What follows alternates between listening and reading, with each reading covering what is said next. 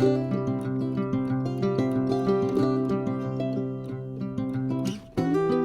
guys, welcome back to Say Mojo Homestead. We actually have some fun garden stuff going on today. We are going to be planting onions, which I'm super excited about because onions are heavily used on our homestead. Yes. And we need a lot of them. We are planting more this year than we ever have before. Yeah. So I'm excited about that. Yes. Because, you know, for us, onions aren't necessarily 100% guarantee crop, but we often get about a good like 50 to 75% that really produce a good onion. Yeah. It's not that the other 25 whatever percent die. It's just that sometimes they're a little bit more puny. They're smaller, yeah. But yeah. we should definitely have a lot this year. Yes. Yeah, I'm really excited. But yeah, part of that is we've got to clean up part of our garden and kind of redoing that space, but we will talk about that in this video. So let's get started.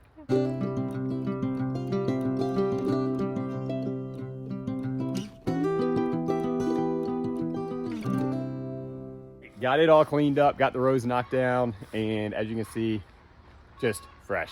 But we've got a lot of compost that we have, so we're gonna add that to this section and just try to replenish this soil. This area, we did amend it 2 years ago and then didn't really plant it too heavily last year. Really want to take advantage of this area this year. So we're gonna really try to get a good layer buffer of compost mixed in here, and hopefully that will start to really condition the rest of the soil. Definitely will be adding nutrients to it and creating what we hope to be another very fertile section in our garden.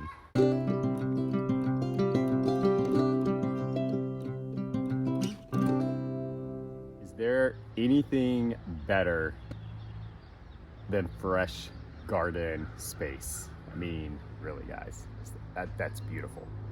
Absolutely beautiful.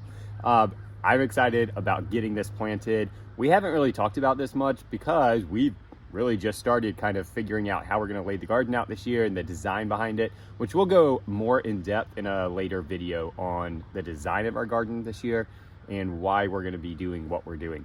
But this space back here, I'll give you a little sneak peek preview.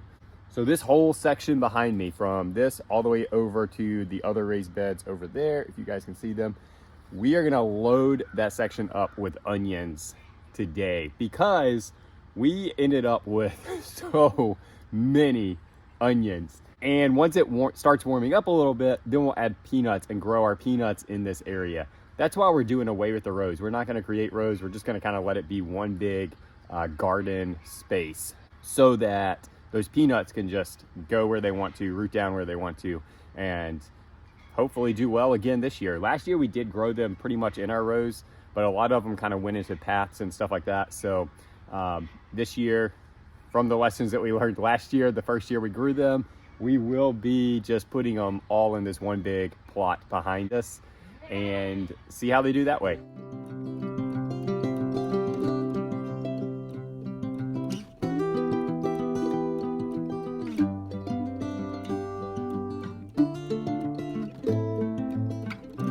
All right, guys, so I got the first bunch planted and then realized that we need to have this soil covered, and covering soil is way easier if you do it before you plant rather than after you plant. So I'm gonna stop right here, get this covered.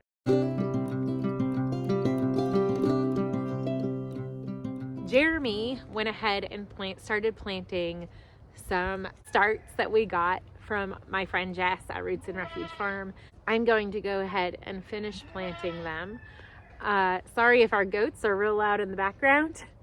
They haven't had their grain today yet, and they're letting me know it. But so we'll have to do that after I plant onions. But I wanted to get out here and get these in the ground. Before I do that, I did want to take a minute to say, when planting these, you can't really plant them too shallow. You can plant them too deep. So what we do is plant them just deep enough to where they'll be standing, and that's it. The other thing I wanted to mention is that you can actually plant onions in 3 different forms. There is the seed, obviously, which you have to plant in the soil and have germinate and form the bulb. There are sets, which is the bulb without any growth on it yet, and you just plant those, again, very shallow. You want them kind of peeping up. We have some that I'll show you later. And then you have your starts, which are onions that have already been started and they have the growth on them. I would say my preference is the starts. We've read that the sets can actually bolt a little bit easier than the starts, but also I just feel like we've had much more success getting a larger, more substantial bulb from the starts than from the sets. I don't know that we've ever successfully grown them from seed or ever tried to. I know we've thrown some out kind of like just on a whim, but I don't know that we've ever intentionally tried to plant from seed. It's just always been easier to get either the sets or the starts.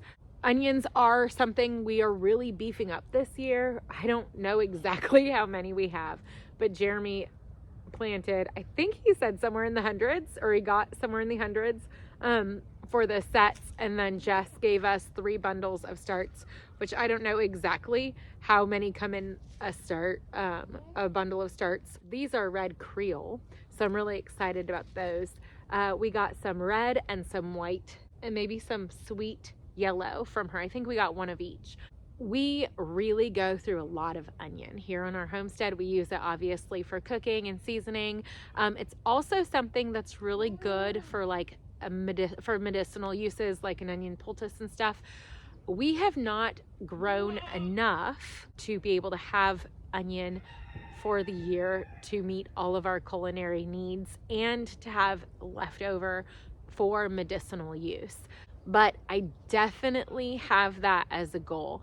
So I want to be super intentional this year to count and see how many we harvest, to really pay attention to how many we harvest and kind of the general size, and make note of that. The other thing to note about onion is if you don't store them well or harden them off properly, they will rot. And so we have lost onions in the past to that.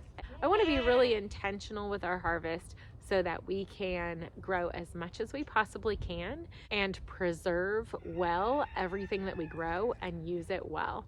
That's kind of my goal, is to really like be a little bit more intentional with the onions this year.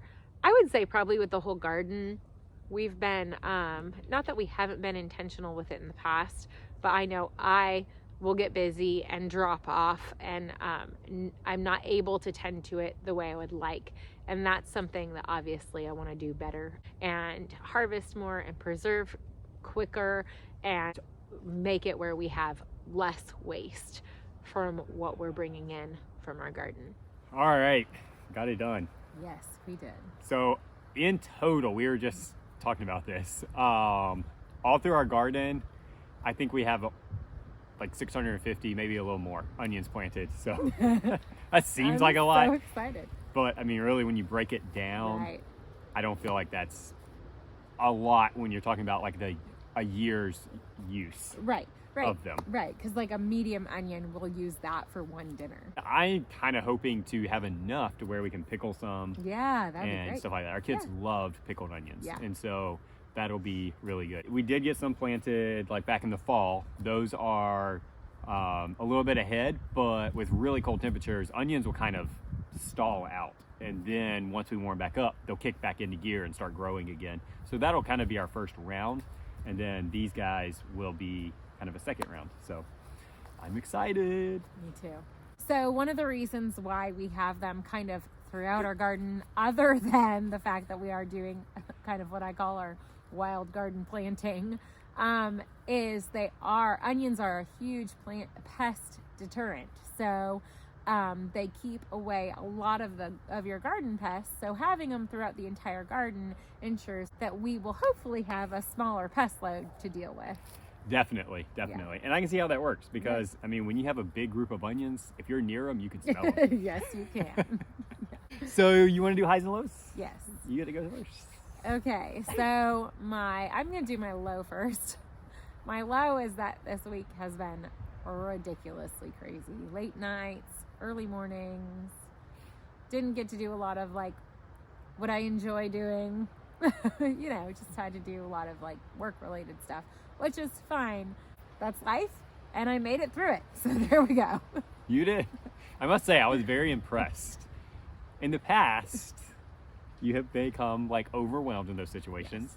Yes. This week, guys, she did an amazing job. She only focused on what was like right in front of her, and she stayed calm, low stress all week, and you got it done. I did. I got it done. My high is probably that we did have our company premiere yesterday. The girls got to dance and kind of showcase their competition dances for the first time. And the reason why we do our premiere is to get rid of any get through all those hiccups and find out what works and what doesn't work, what you need to work on. We definitely did that. We did see where some things need some work, but it's, as a whole, I'm really excited because I think it's going to be a great competition dance here. Yeah. That was my high of the week, for sure. Was getting to see them, because I haven't really gotten to see them, any of the dances, definitely with costume and everything else put together. So that was a lot of fun. That's always fun for me, because it's like, you know, the girls go off and like disappear all week, and then the premiere comes and I get to see like really what they've been working on and everything, and they're always excited to show it off too. So definitely a high. My low would be John leaving for basic and doing all of that. So that was definitely kind of the low of the week for me, for sure. It was good that you had a busy week. You were distracted by all of that. I was so distracted. I would think about it when I was coming home. But for the most part, it was a good distraction. The kids have had a hard time. Yeah. So we worked through that a little bit, had some conversation about it. But yes, thankfully I've been very distracted. We'll see how next week goes. Yeah. And I've just had the fun part of dealing with it through the week. Yeah.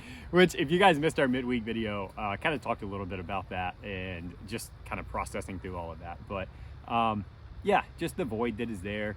He also played keys at our church for the worship band, so the church as a whole missing that aspect of it. But we are looking forward to that time when that first phone call or text message, whatever it may be, when he's allowed to do that. And so that's giving us something to look forward to, for sure. For sure. Thank you guys for joining us again. If this is your first time, and it's not again, that sounded better in my head than it came out. We invite you to hit subscribe and join along with us for weird phrases like that sometimes pop out. But joining our life as homesteaders out here, and just the things that we do, and hopefully learn a little thing or two. Be sure to hit that like button and share us with your friends that maybe are interested in learning homesteading or gardening. Yeah, all things homesteading. All things. So we hope you guys have a great week and be blessed.